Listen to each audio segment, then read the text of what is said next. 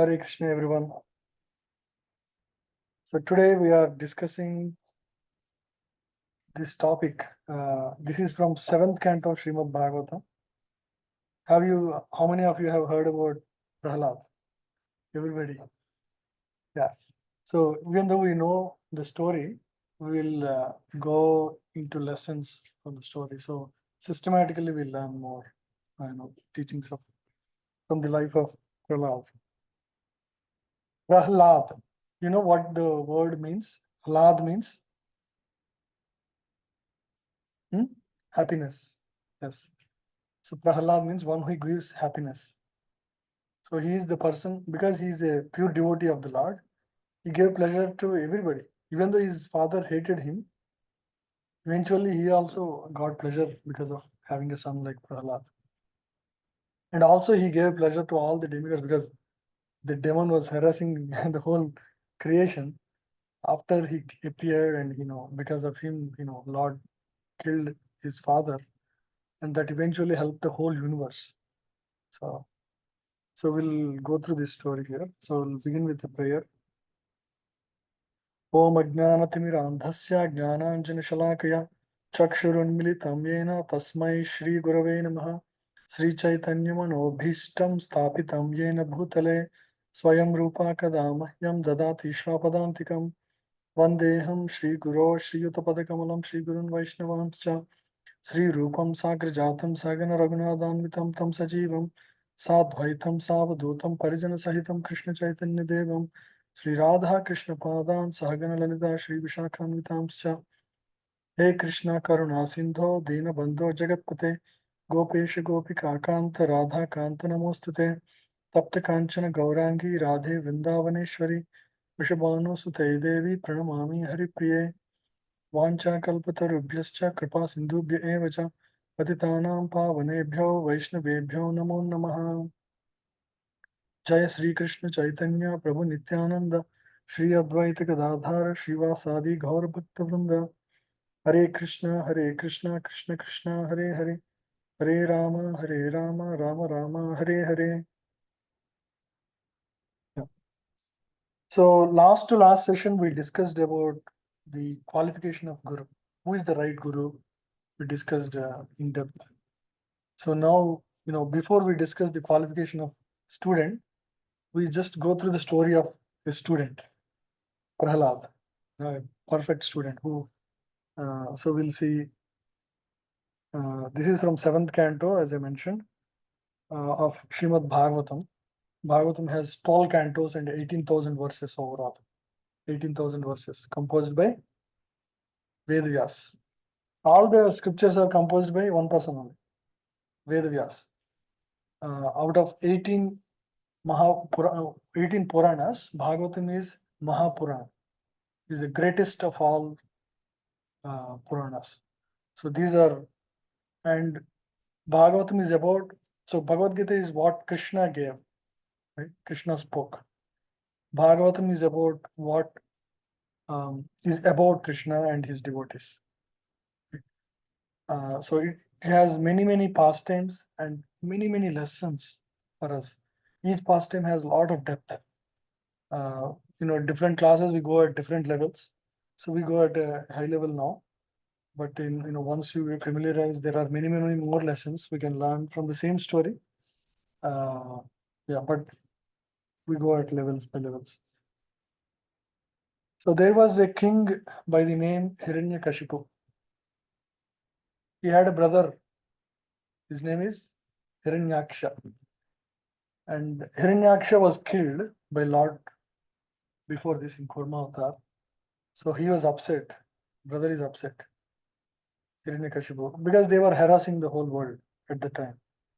So he wanted to take revenge for his brother's killing. So that was this, beginnings. So he goes for a, austerity. He goes, so he wanted to gain the powers to kill Lord Vishnu. For that, he goes to forest and meditates on Lord Brahma, because he doesn't want to meditate on Vishnu. He thought, all of them are equal, so I'll go side with this person. So he meditates and performs severe tapasya like never seen before. His body gets fully emaciated. In fact, ant hills grow on his body, on the bare bones of his body. And he meditates on Lord Brahma. Finally, because of his so every activity will have its own net result. So just by looking at his meditation, the sincerity and hard work. So finally, Brahma appears and he asks for a boon. You know what that boon is? So he wants immortality. I don't want to die, and want to become the most powerful person in the world. So these are the two boons he asks. And Brahma says, I myself is not immortal. I have a limited lifetime, so I cannot give you a boon which I cannot myself have. I don't myself have. So finally, Hiranyakashipu thinks, okay, let's be smart now because he cannot give what I want. Let's see what I can ask. So he puts several conditions in which he cannot be killed. Like he says, I cannot be killed in day, I cannot be killed in night. I should not be killed inside the home or outside the home.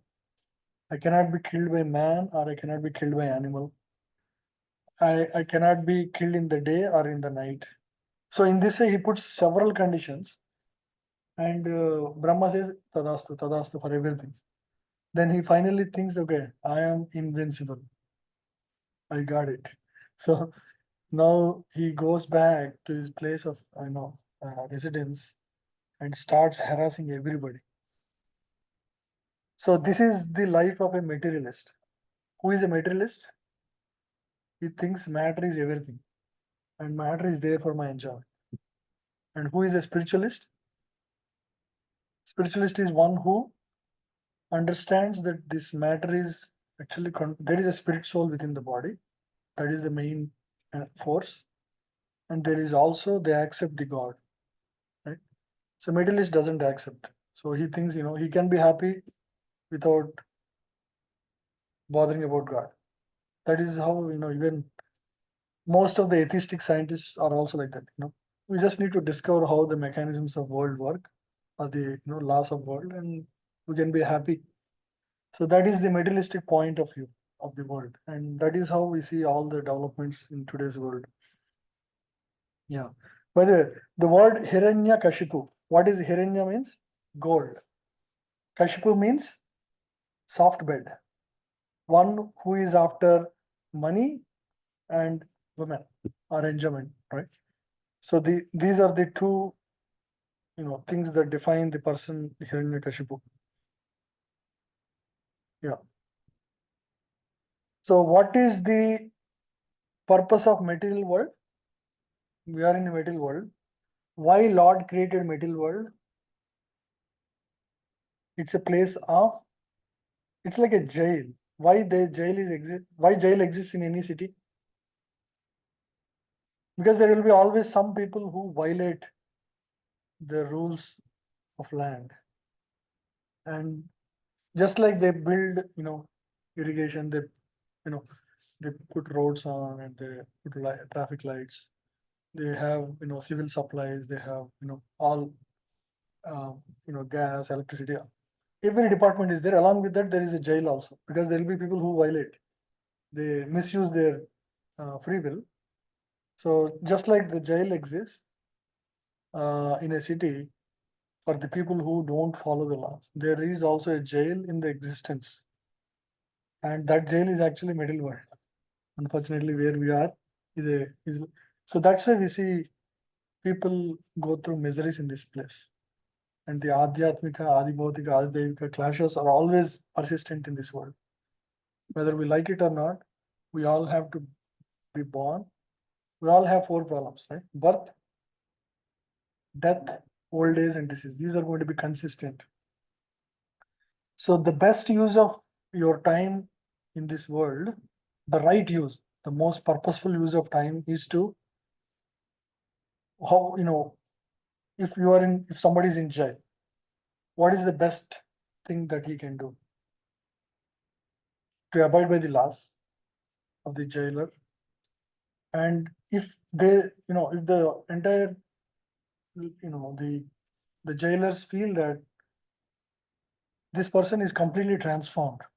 He can go live back in the society. Then what happens? They will send him out because there is no point in keeping him in the jail. So it's like that. This world is a place of transformation. It can be used for that purpose. That's the right use. What is the transformation? To reconnect to our real purpose. Like we discussed in the past, the soul is spiritual in nature and it belongs to spiritual world by definition. And what is the occupation of the soul? Soul is part and parcel of the super absolute truth, Supreme Lord. And so its natural engagement is, what is its natural dharma? To always be engaged in the service. That is its natural characteristic. Just like sugar's natural characteristic is to be sweet, water's natural characteristic is to be liquid. Similarly, the soul's natural characteristic is to serve. That is its property. So when we are engaged in our true purpose, then we will be truly happy. But in the middle world, that doesn't happen. So it's a place of transformation because temporarily we are in this place, like a jail, but there is a path, right? So Bhagavad Gita teaches that for us. So the materialistic people, here it's mentioned, see, foolish living entity in this middle world, those who are not knowledgeable about, you know, Atman and the purpose of life, right? So they foolishly think this place is a place for enjoyment. Somebody in jail, he's thinking this is a place for enjoyment for me, right? So that's so what do? They try to enjoy this world to the fullest extent without willing to become servants of Lord. This means they want a kingdom of God without God. So many demons in the past, like Ravana, Kamsa, or in the modern times, atheistic scientists have been endeavoring in the same way. But all their attempts are doomed to frustration.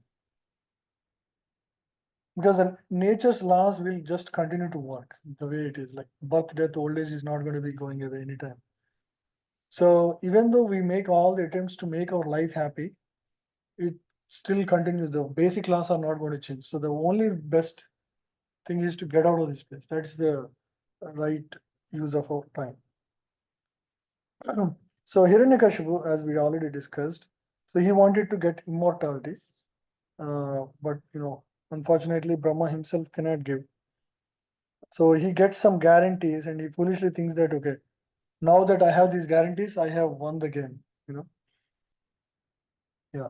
So let's discuss a couple of questions here. Why are we comparing atheistic scientists to Ravana, Kamsa, or Hiranyakashipu? So they want to stop all the problems of disease, old age, and death without surrendering to God. Correct? Yeah. So they struggle to create facilities to enjoy this world to the fullest extent without God. True.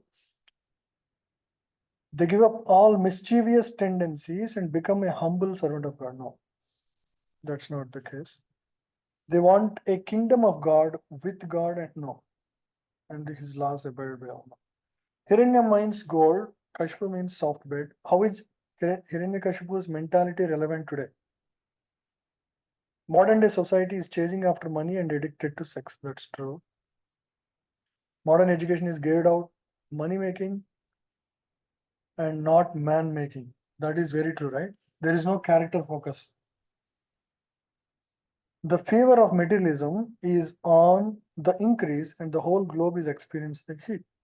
That's true. People are becoming godless and increasingly addicted to sense gratification. That's so true. Yeah. So he basically, Hiranyakashipu got the bones and he became like a super terrorist. And he goes to everybody. He goes to Indra and says, you're out of job. So Indra asks, what should I do? You just I'll take care of your profile and you just clap. When, whenever I come, just chant Hiranyakashipa Namaha. So he just goes to Vayu in Varuna. He goes to everybody and just declares you're out of job. Same thing. He'll repeat, right? So, and then he demanded all the people of the world chant his name, not utter Lord Vishnu's names. So this is how demonic people are. So he reversed the results of pious and sinful life. Now, if you are pious, which means he sent pious to hell and sinful to heaven. So he doesn't stop, he stopped all sacrifices, charity, and all good things he stopped. And austerities performed with Brahmanas for Lord Vishnu to starve the demigods and made all people worship him alone. See, that is how demonic people are. So in this way, he became a singular, most powerful dictator of his times and thought that now he has unrivaled kingdom of upper, middle, and lower worlds, and there is no one who can control him. Wow. See, so that is what if people with evil intentions have gain the power, this is what happens. We have seen in the past, right? Like people like Hitler, Mussolini. What did they do when people with uncontrolled mind gets power in their hand? This is the natural consequence. We see even today, people with corrupt politicians all over the world, everywhere. It's the same phenomenon. So, what is the main problem? These are materialistic people. They think matter is everything. They don't understand God exists, and so everything exists for their own enjoyment. That's what they think, and they want to keep their power as it is. But unfortunately, nature kicks them out through democracy or whatever. We see all the time. Nobody permanent. So everybody feared Hiranyakashipu. Yeah, so this is discussion about materialists and spiritualists. We already discussed. So a true spiritualist, right? He recognizes Supreme Lord and not just recognize, he understands, all the facilities that we have. Sun, moon, food, all of this comes from God, right? And he is also providing Vedic wisdom for us so that we can live a peaceful life in this world and perfect our human life at the end of it. Right? So he provides all of that. So Lord gives us medicine, food, water, rain, everything we need for our living in this existence. And he also gives us the path to go back to God, to reach him back, right? Through the knowledge like Bhagavad Gita and Bhagavatam, through the stories of people like Prahlad and Dhruva. Yeah. So a true spiritualist not only feels a duty to thank God for all his gifts, but also awakens his love for God, which is true innate dharma or occupation. So all true religious or spiritual, systems, they actually teach love for God as the highest goal of life. So ultimately, all we should become, it's not about, we become prayerful to Lord, that is good, but actually to love God is the next level. Right? Just like we all love our parents, don't we love? Right? So how do you love? Spontaneous. It's nobody has to tell. Love your father or mother, or love your children if you have children, right? It's very natural for us to love. But do we love God in the same way today? We don't. We dutifully do go to temple, but do we feel that that natural love for God? We don't. So that is considered as the highest goal of life. Yeah. Hmm. So how do we know? Many things. Um, Beginning with at our stage, if we are so having some faith is love, beginning of love, right? So if you love somebody, what do? You have some faith, you work for him, right? You gain knowledge about that person. So work means you can serve in the temple or you can serve here, right? So that's working for God. And if you earn something, you can partly give some of it to serving God, or you can, that is karma, right? Karma yoga is part of bhakti yoga. That's it. So if you love has everything, and then you gain knowledge. If you love some girl or a boy, what do? You gain knowledge about that person. How? Because by that knowledge, you can act in ways to please that person. So you will try to know. That's why you're all here. That itself shows that you have love. You have the beginnings of love at least. But at a higher level, you love, the highest devotees or spiritualists, they have such unconditional love. It doesn't matter. Just pouring, just by seeing the form of Lord, they just cry naturally. That is the highest level of love. We are not there, but we are in the path, right? So that is the state of highest bliss, happiness also for the jiva and God also. Yeah. Is that clear? Yeah. Yeah. So a true spiritualist not only feels a duty to thank God for all his gifts, for all the gifts that God gives, but also awakens his love for God, which is the true innate dharma or occupation of the soul. Exactly as children not only thank parents for their gifts, but also love them. Right? Like children, we all gain the gifts from parents. We not only thank them, we also love, because they are we are grateful for everything that we have gotten. Yeah. So bhakti or love for God is not an artificial imposition, by the way. It is the most natural character of the heart. Everybody wants to love. Is that not true? Everybody. And in love, we actually feel happy. When you love somebody from the heart, right? Not just by physical attraction, but from the heart. Like you love your parents or you love your children. That is very natural, right? And that is but actually, our true love is actually for who? God. And that love we express in our children, our parents, our brother. That same love, actually, it's not any different. That same love we express here and everywhere. Because we are actually children of God at the spiritual level. So right now, at a material level, we have, for this particular lifetime, I have a specific father and mother. But again, after this lifetime, I get another body. And then in that body, I have a father, mother. It changes. Again, I will develop temporary love. So that love is temporary. But original love of the soul, we are the soul, right? That soul has natural love for God. That is that is our natural position. Now let's go through these questions. Hiranyakashipu occupied the throne of heavenly king after driving away Indra and other demigods. What do we infer from this? Everyone in this world desires to control other living beings and be a master themselves. Yeah. In the, if one is fully materialistic, that is the natural tendency.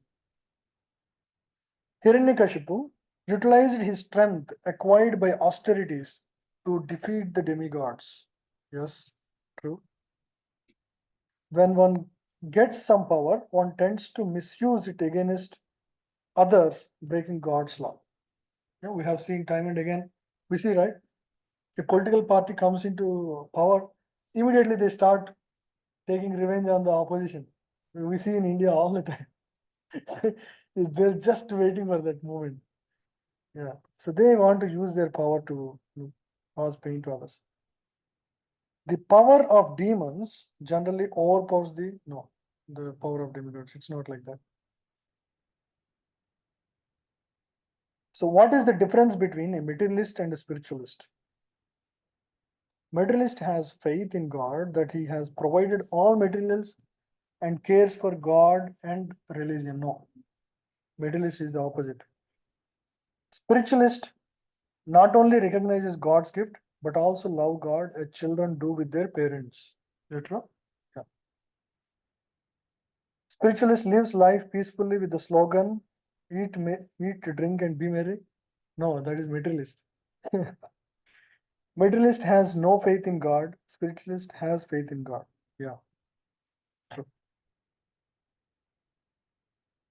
Yeah. So now the actual story begins.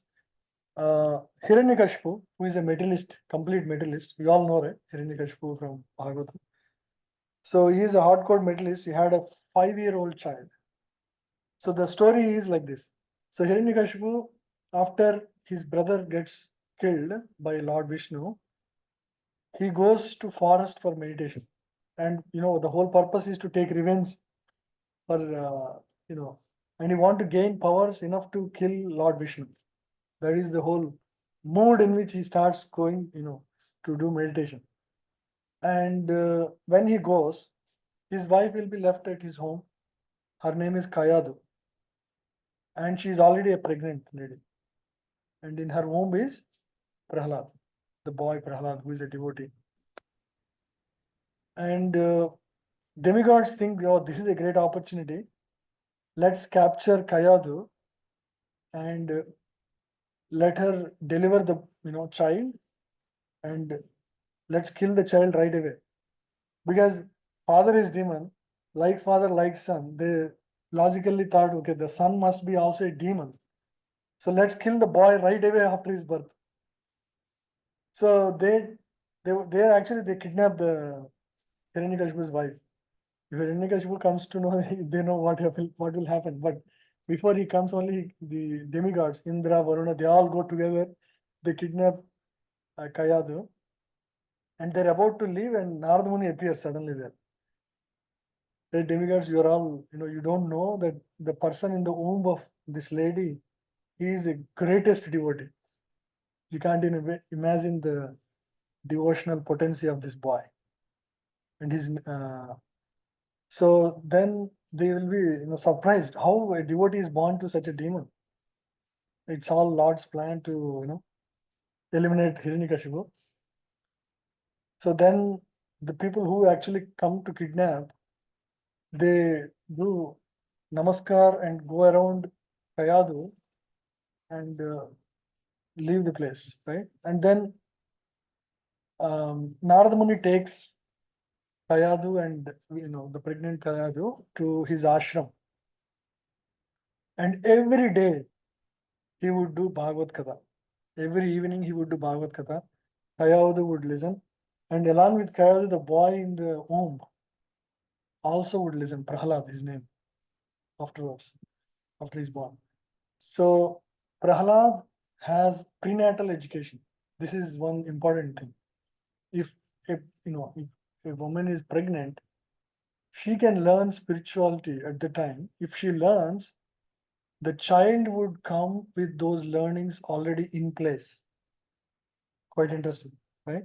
So the boy actually would learn. The spiritual knowledge has the power to transform touch the soul. So that's how even the boy is not knowledgeable or not having any physical form, still in the womb, prenatal education can happen. So the boy learns, and the mother, because she is sometimes she would doze, and in fact after a few years she will forget all the knowledge after going back. So after 1 year, the boy gets delivered, and from beginning itself he is already fully knowledgeable. Who is Lord Vishnu? Everything he knows, and he always chant the name of Lord Narayan continuously. So he becomes very great devotee from beginning. So, and they're back in their home, and Hiranyakashipu, after completing his austerities successfully, gaining the boons of invincible powers, he comes back and he sees his child. He's so happy to see his child, and the boy grows to 5-year-old, and it is the time to educate the child. So his teacher is Sukracharya, his own spiritual master, Hiranyakashipu. So he sends his his child Prahlad, to the children of Sukracharya, Sanda and Amarka. So they take the boy to Gurukula to educate. So because they're all materialists, right? So Hiranyakashipu and all his paraphernalia community is all materialist. In the Gurukula, Prahlad, or the Gurukula, they focus on three things. What are the topics? Being materialist, they focus on political philosophy, topics of politics and economics. So these are the only topics in there. And diplomacy. These are the topics in that school, Sanda Amarka School of primary education, right? Yeah. Um, but he understood. So Prahlad immediately, because he already is knowledgeable, immediately understood what is going on here. So you see, he understood that political philosophy involves considering someone a friend and someone an enemy. That's part of politics. In politics, you always have friends and enemies, right? And you always want to take revenge on the enemies. That is how politics work. Naturally, being a devotee, he sees only soul everywhere, in every jiva. He doesn't like to be, dividing people and considering somebody as friend, somebody's enemy. So he didn't like that at all. So he decided, okay, whatever they teach, I don't really care. I'll continue to be chanting the holy names and focus on devotion service. Yeah. So Prahlad, questions here, did not like to learn politics, economic development, etc. Why? Those subjects were relatively more difficult compared to spiritual subjects. No, because they involved discriminating some living beings as friends and others as enemies. Correct? Yes. They were taught by Sanda and Amarka, who were not an expert in teaching as Sukracharya. No, they're also good. Prahlad was a pure devotee of Supreme Lord and thus was not interested in such subjects. Correct, right? Because what is the point of these things? These are all temporary, bodily education only. It's not that we don't get educated in economic development, but thinking that that alone is everything is wrong, right? That's being like materialist.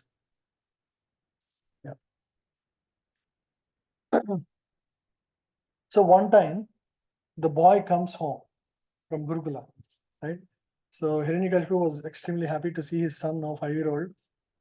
So he brings him to his lap, makes him sit in his lap, and he asks, "My dear son, what did you learn?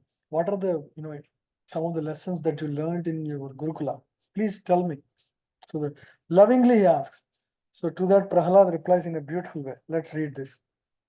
O king of demon, any person, he directly gives spiritual philosophy, no hesitation. Any person who has accepted a temporary material body as everything is certainly embarrassed by suffering. Wow, what a depth, 5-year-old boy. Right? Such a person should go to Vrindavan and should thus take shelter of Supreme Lord Krishna.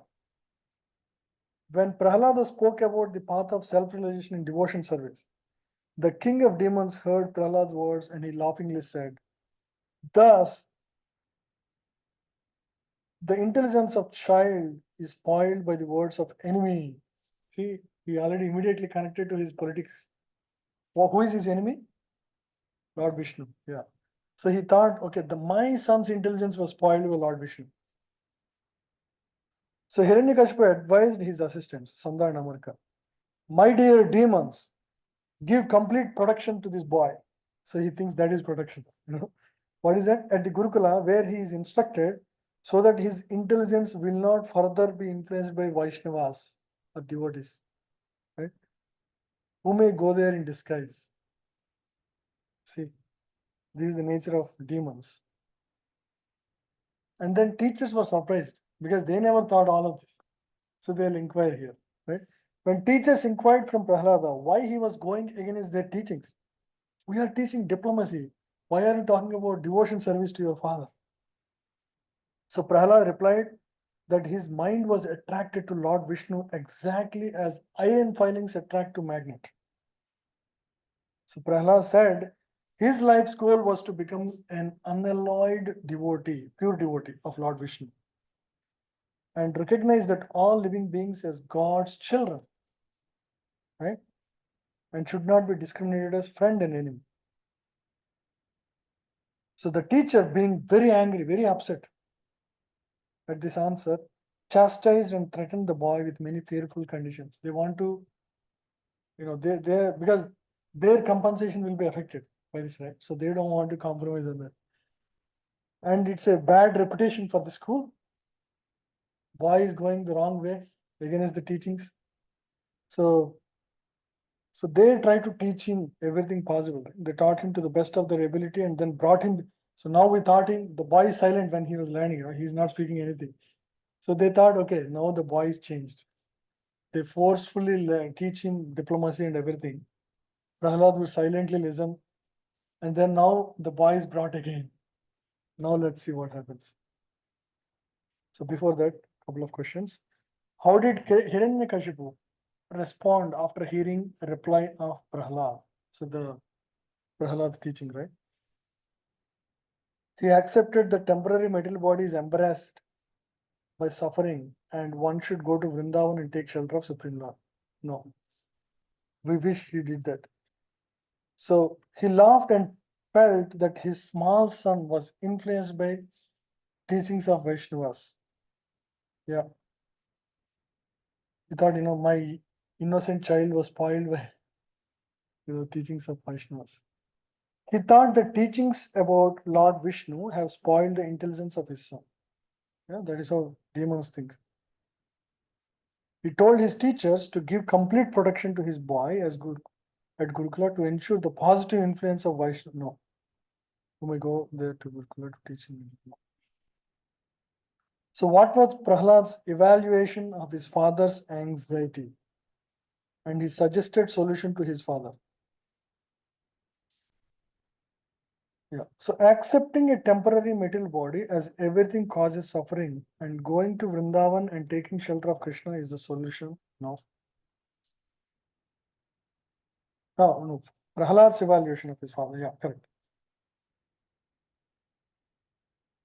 Is the solution to become free from that suffering. Because Prahlad, being a pure devotee, he could clearly see what is going wrong with his father. How he is a materialist, he's trying to dominate the whole world, gain all the powers, try to enjoy as much as he can. So he immediately spoke the right truth, but it was not heard by him. So accepting a temporary material body as everything causes lasting happiness and going to Vrindavan and taking shelter of Krishna involves austerities leading to suffering. No. A man who considers temporary material body as everything is certainly embarrassed by suffering, and taking trips to Vrindavan for sightseeing can make him free from suffering. No.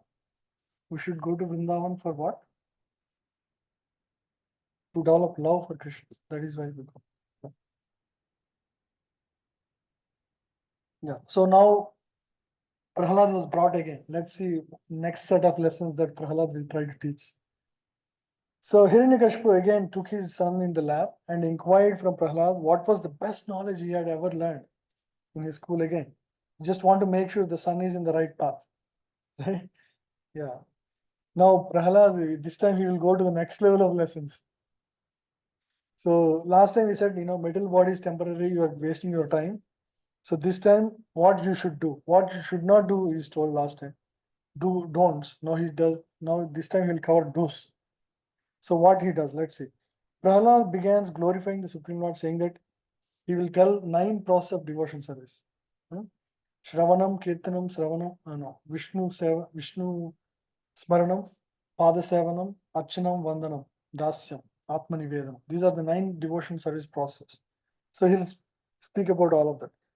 Hearing and chanting about transcendental holy name, form, qualities, paraphernalia, and pastimes of Lord Vishnu, remembering them, serving the lotus feet of the Lord, offering the Lord respectful worship, offering prayers to Lord, becoming his servant, considering the Lord as one's best friend, surrendering everything unto him by serving him with body, mind, and words.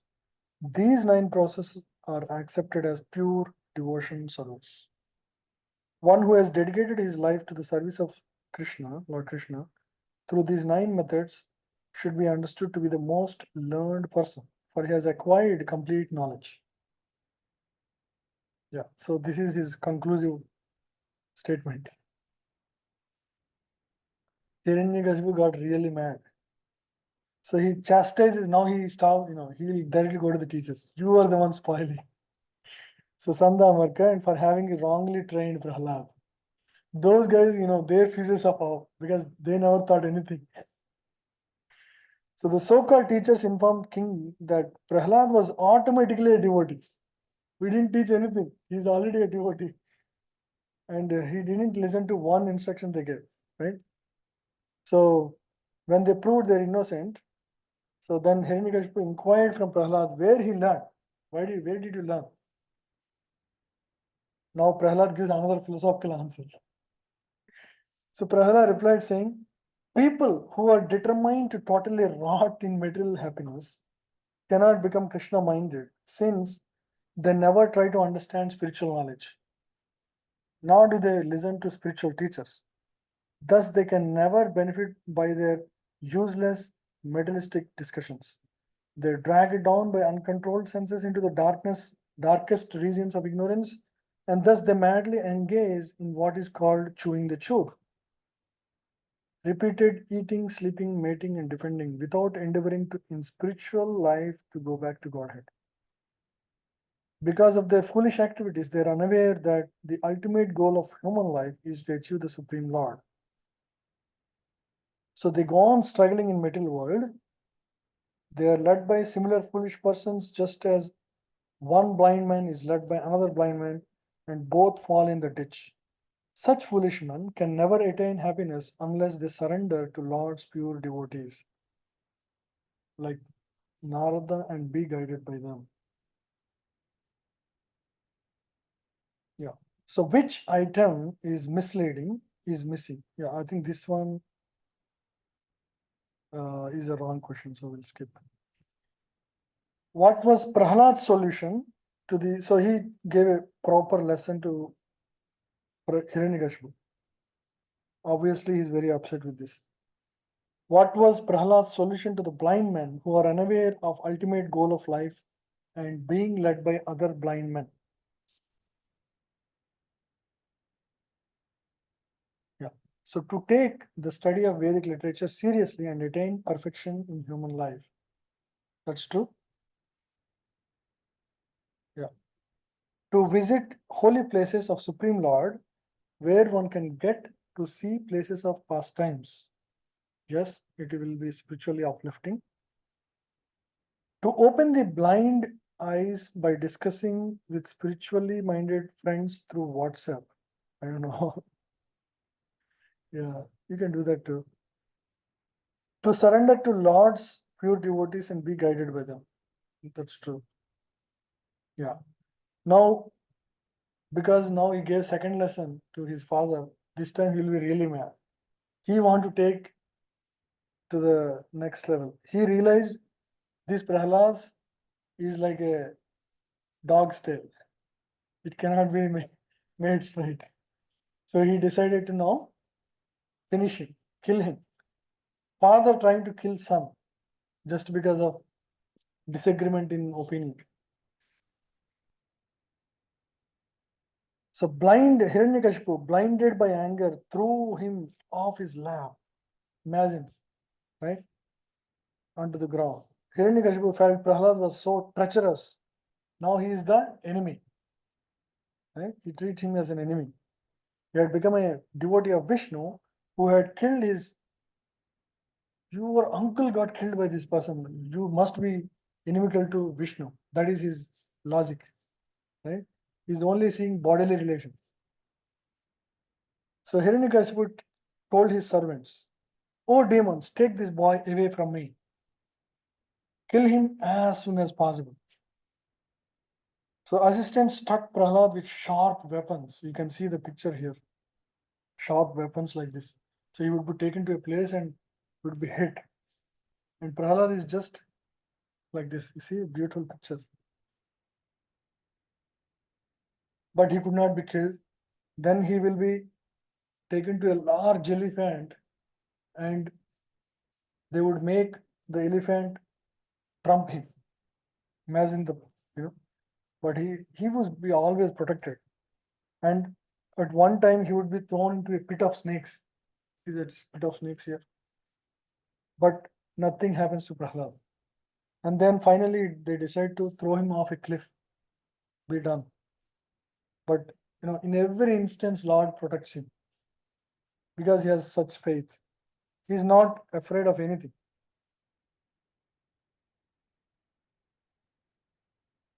Yeah. So they do all of that, they could not kill. And finally, okay, now let's go back to school. They'll take him to school again. Now further damage happens. Prahlad not only keeps listening silently, he would start inspiring his friends, preaching. He will start telling them, chant the holy name of the Lord. This is the best thing you should do in life. When teacher just goes out of class for a few minutes, you would have watched the movie. It's a beautiful movie, Prahlad movie. Uh, Prahlad would start engaging everybody in kirtans and Bhagavad Gita teaching, soul, body. He would give all those Krishna conscious philosophy to everybody. So, following the instructions of Prahlad, all the sons of the demons became attached to Lord Krishna. Everybody becomes devotee, right? When this attachment became evident, Sanda and Amarka were very much afraid. Now the damage is out of control, right? And the boys are becoming more and more devoted to Lord. In a helpless condition, they approached Hiranyakashipu and described in detail the effect of Prahlad teachings. Right? So he is now like a virus spreading everywhere, the wrong teachings. So after hearing of this, now Hiranyakashipu decided to take the matters into his hand. Right? He want to take the matter into his hand, and he want to kill him directly. He want to kill his own son because he considers him as his enemy now. Yeah. So now let's read this one. Hiranyakashipu, as a typical demon, began to advertise himself. Now, first time, generally demons, what they do is advertise their powers. So that's what he does to even his son when he finally takes him to his life. See, you are thinking Vishnu is the most powerful. Actually, I am the most powerful. I control sun, moon. He actually shows. He will call sun would come and listen to him. So he will do all of that to his son just to show his powers. He would do all of that, and then Prahlad is fixed in his understanding and realization. So as soon as he stops doing that, Prahlad challenges him. Now this time he is ready to challenge his father, saying that Hiranyakashipu was not God. That was shocking to his father. And he begins to glorify Lord Vishnu as the supreme, and that everything is under him. Means he's telling you are also under his control. And no one is equal or greater than him. That is like infuriating the false ego of Hiranyakashipu because he's thinking he's the controller. Thus, he requested his father to be submissive to the omnipotent of the law, potence of the law, supreme law. That is the highest regret, The more Prahlad glorified the Supreme Lord, the more angry and agitated the demon becomes, naturally, right? So Hiranyakashipu asked his Vaishnava son whether his God existed within this pillar. He will show to there are a lot of pillars around. Is he everywhere? Prahlad says he is everywhere. Then show me in this pillar. Yeah, he's there in this pillar. Then Hiranyakashipu, okay, I'll try to see. He'll try to take his club and hit the club, hit the wall, hit the pillar. So out of which come Lord Vishnu in the form of Narasimhadev. And it's a very special form, right? In the Narasimha form. So he satisfied all the conditions that the uh, Brahma's boon gave him, right? So Brahma wanted, Hiranyakashipu wanted Brahma to, to give boon such that, he cannot be killed by a man or an animal. But here, Lord is combination of both. Narasimhadev is half lion and half, human. So like that, he doesn't want to be killed in the day or in the night. So Lord would fight with him for a long time, and at the twilight time, evening time, that's when he actually finishes that story. And he wanted not to be killed inside the home or outside the home, or inside the building or outside the building. So he would kill him at that juncture, right, at the Dwara. So like that, he would satisfy all the conditions and finally kills Prahlad. Sorry, Hiranyakashipu. And he would so mad because Lord is very upset with him because he punished Hiranyakashipu punished his devoted Prahlad very badly. You know, all the things Lord was remembering all of that, and he would tear open his stomach, take the intestines and wear it. Because that's how upset Lord was with Hiranyakashipu. And not only that, that anger would not subside after killing Hiranyakashipu. He would still continue to roar like a lion for a very long time. So with this, everybody, even the universe was getting shaken because Lord Brahma, everybody was witnessing. They were all happy that Hiranyakashipu was ultimately killed, but at the same time, they were unable to bring down the anger of, Narsingadev. So initially, Lord Brahma thinks of going to Lord Vishnu and Narsingadev and pray to him, but he was hesitant. He was not. He doesn't have the guts to go before the Lord because Lord was so angry, and blood is oozing from his nails. So then he would look at Lakshmi. Brahmaji requests Lakshmi Devi, Mother, please kindly go and appease Lord from his anger. And Mother Lakshmi looks at Lord. She says, this is not the time I would like to go to Lord. Finally, they look at everybody and finally they see Prahlad. Prahlad was peaceful and happy. So they request Prahlad. Prahlad would not, he is not at all afraid of Lord because the whole Lord actually appeared for him. So he would directly go and pray, he will appease the Lord. He would, as soon as Lord sees Prahlad, you can see the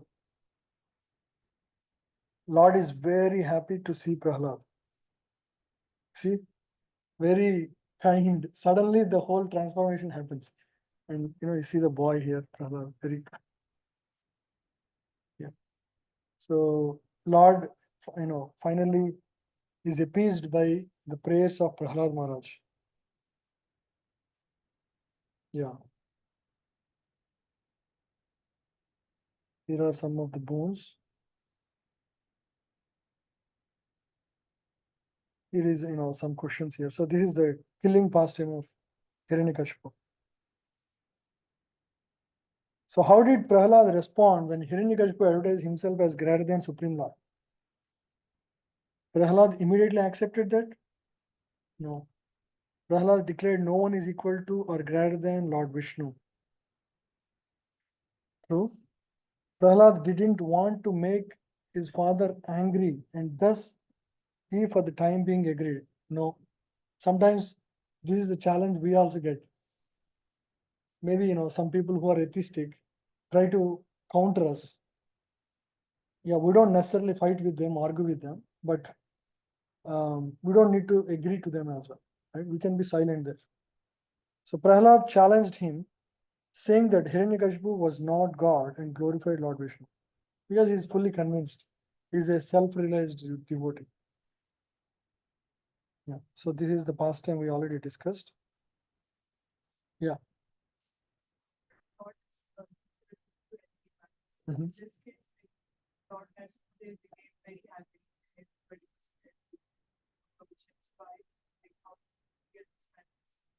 Yeah, just like if a child is very naughty, even though at the soul level, Lord still loves Hiranyaksha, Hiranyakashipu, but at the activity level, he had to teach him a lesson.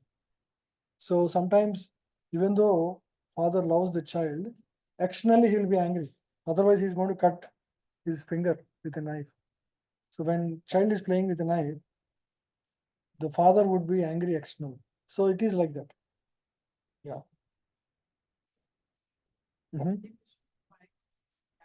Because he is still remembering that is to show the love for his devotee and to glorify Prahlad that Prahlad is the one who could appease. not even his own consort. So that's a glorification of the devotion of Prahlad. Right? Yeah. Any other questions?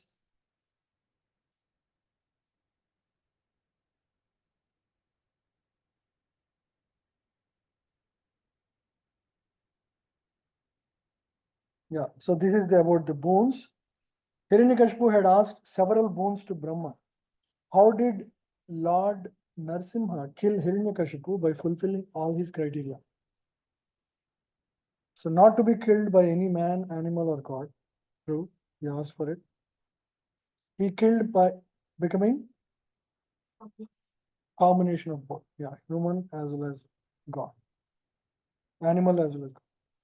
Not be killed in day or night. Twilight, evening. Yeah. He not die on land, in the air, or water by killing him on his lap. Thighs, yeah. He should not be killed by any weapon. Use his nails. Yeah. Not be killed by any other living being within the 8.4 million species. This is a new species. Yeah. So this is the idea of demons. They think somehow they can manipulate the matter and enjoy forever, right? They want kingdom of God without God. That is the philosophy of materialistic people. So this is the result, end result. All such efforts would be, would become failure like this. Yeah. So the entire universe was relieved of the rule of Hiranyakashipu, and everyone was very happy. So this is the why Prahlad was so called, so named.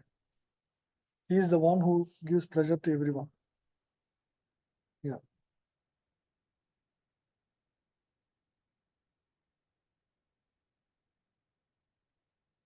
Yeah. So here,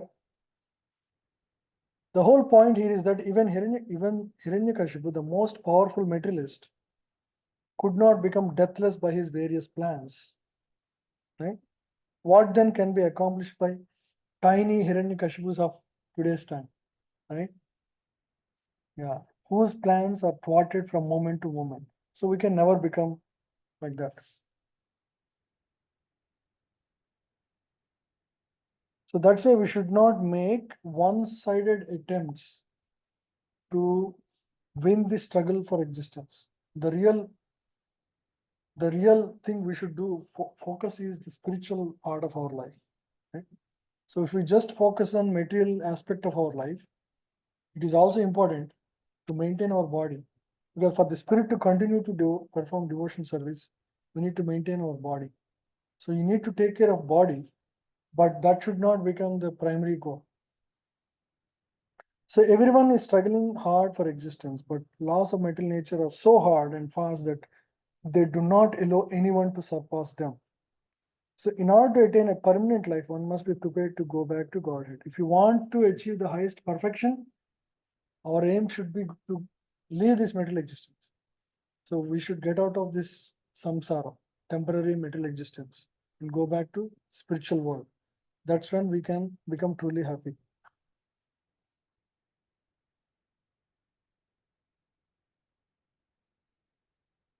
Yeah. So nobody can become deathless. Even the attempts to become deathless are going on right now also. Have you heard about cryogenic facilities where they try to preserve people who are dead, and these are billionaires.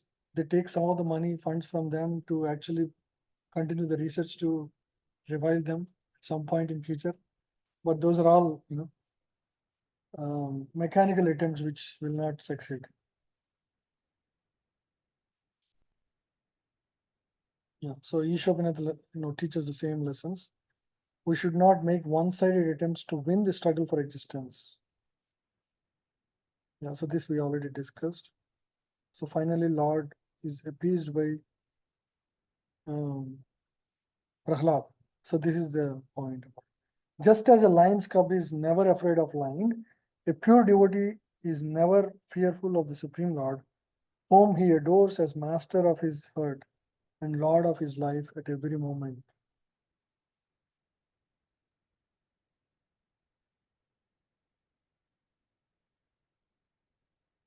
Yeah.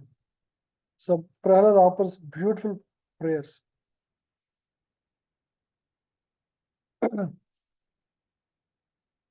Yeah, so he says this: one cannot please the Supreme Lord simply by high birth or great opulence, learning, austerity, penance, or mystic power. He can be pleased only by pure devotion service. Pure devotion service means what? Loving exchanges with Lord. So loving Lord, that is the whole point, right? So even if a non-devotee is a Brahmana qualified with 12 Brahminical symptoms, cannot be very dear to the Lord, whereas if a person born in a family of dog eaters is a devotee, the Lord accepts his prayers. So the whole point is to become express unconditional love towards Lord. So that is what we all should aspire for. Yeah.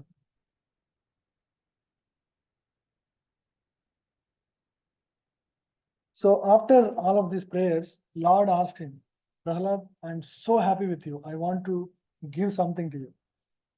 Ask some boon. What would Prahlad say? Prahlad doesn't want. So he says it, he gives a very beautiful verse is here. Let's read this. One who desires some material benefit in exchange for devotion service cannot be your pure devotee. Indeed, he is no better than a merchant who wants profit in exchange of service. Oh Lord, I'm not here to be like a merchant with you.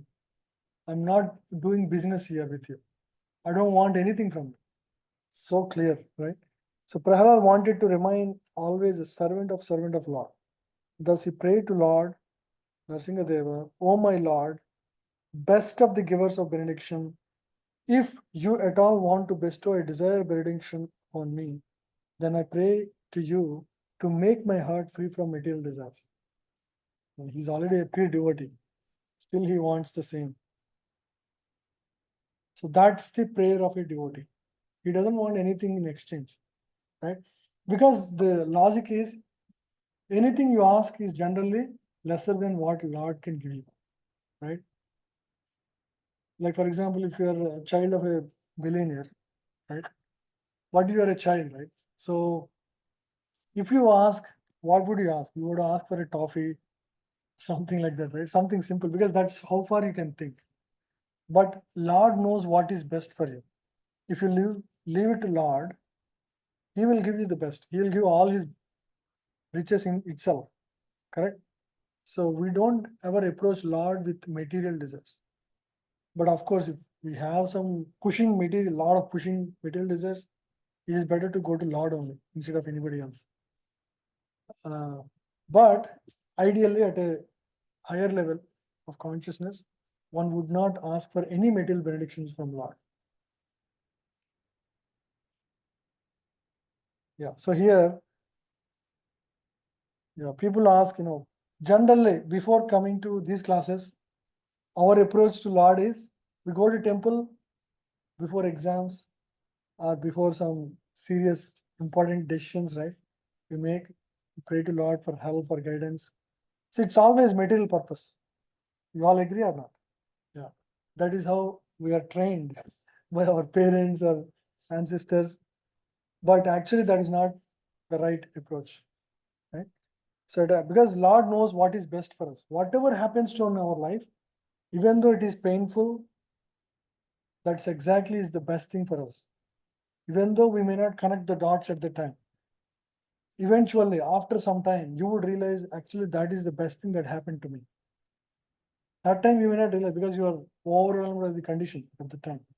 But later on, if you stick to the path of devotion service, irrespective of all the challenges in your life, eventually you will realize everything that happened was the perfect right thing for you to become the best of version of yourself. Yeah. Yeah, here is some story compared.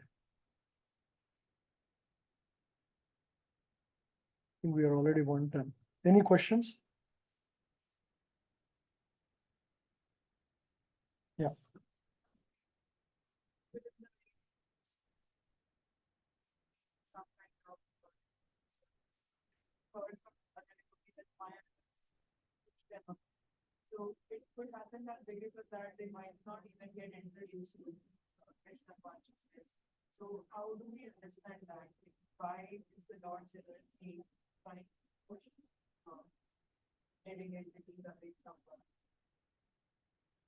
How, so you're saying like some people get distracted by others? Is that the question? I want to clearly understand.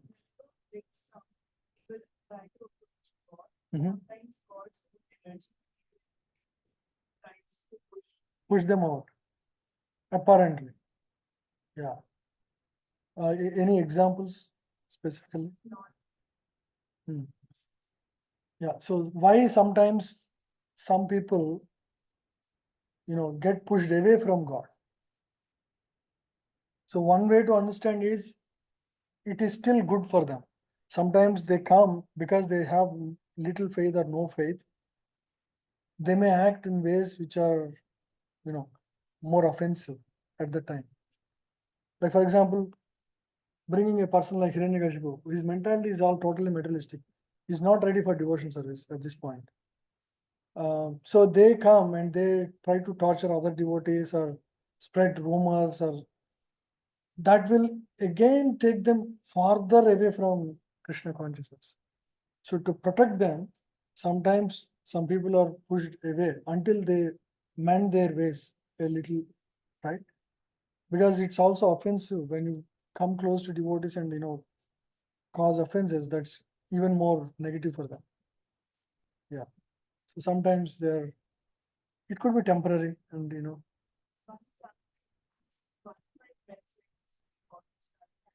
hmm,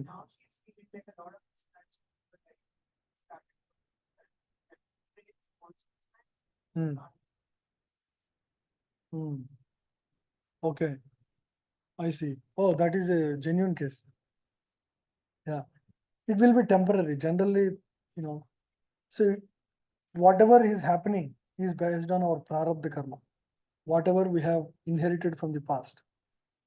And it could be that we will have at a particular time of a phase of life, situations are very negative. The one thing we should recommend such people is to keep faith in Lord and try to do whatever is possible in the time. Eventually, Lord would recognize. So challenging times will come for everybody. We should just you know maintain our peace and try to surpass the time. Times will change, and eventually, when circumstances are favorable, she can continue more seriously, right? She should stick to the path, and in fact, we have seen in the story of Prahlad, right? All the hurdles will be taken away. When it depends on the faith of the individual. When they have the faith, as the faith develops, everything is orchestrated for them by Lord, right? Yeah. So it's not like Lord is pushing away, it is, their own prarabdha is not giving them the right circumstances. But if they continue to have faith and ask her to pray to the Lord to give the strength to continue to perform devotion service. Through prayers, magics happen.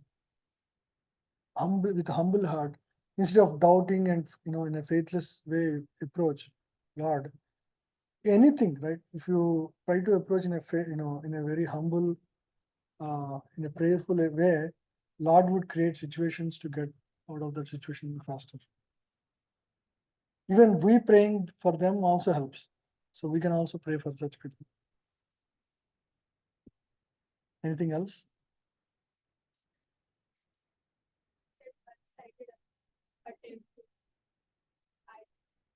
Yeah, one-sided attempt.